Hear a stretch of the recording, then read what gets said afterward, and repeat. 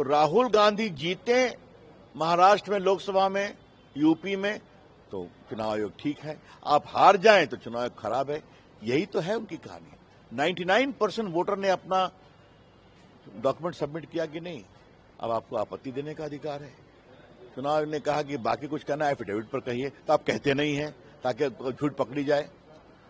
ये जो शब्द है ये बहुत गलत है, जो भाषा का प्रयोग कर रहे हैं। अच्छा है दोनों घूमे साथ साथ, ताकि बिहार की जनता इनका सही चेहरा दे। बेबुनियाद, बेशर्म भरी बातें करते हैं, हर बार हारते हैं।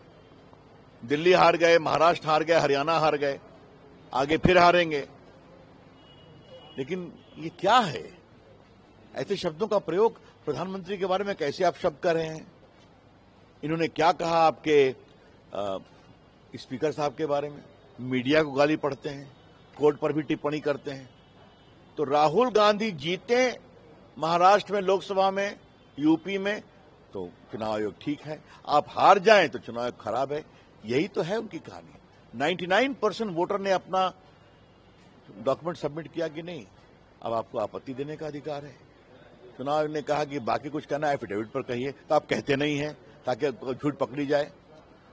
ये जो शब्द है ये बहुत गलत है, जो भाषा का प्रयोग कर रहे हैं। अच्छा है दोनों घूमे साथ साथ, ताकि बिहार की जनता इनका सही चेहरा। रविशंकर प्रसाद ने प्रधानमंत्री के खिलाफ अभद्र भाषा का किया खंडन।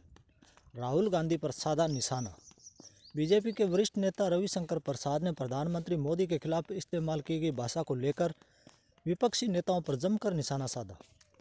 प्रसाद ने कहा कि जो लोग ऐसी भाषा का इस्तेमाल कर रहे हैं वे लगातार चुनाव हार चुके हैं, जिसमें दिल्ली, महाराष्ट्र और हरियाणा जैसे प्रमुख राज्य शामिल हैं।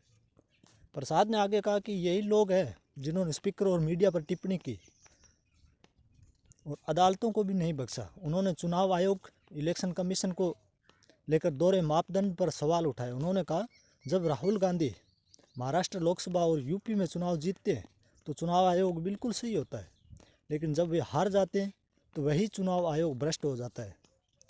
प्रसाद ने इस बात पर भी जोर दिया कि 99% मतदाताओं ने अपने दस्तावेज जमा करा दिए और चुनाव आयोग ने आपत्ति दर्ज कराने का अवसर भी दिया था, लेकिन विपक्षी ने ऐसा करने से मना कर दिया क्योंकि उन्हें डर था कि उनका झूठ पकड़ा जाएगा। प्रसाद ने अपनी बात खत्म करते हुए कहा कि प्रधानमंत्री के खिलाफ इस्तेमाल की गई भाषा बहुत ही गलत है और उन्हें उम्मीद है कि बिहार के लोग इन नेताओं का असली चेहरा देख पाएंगे।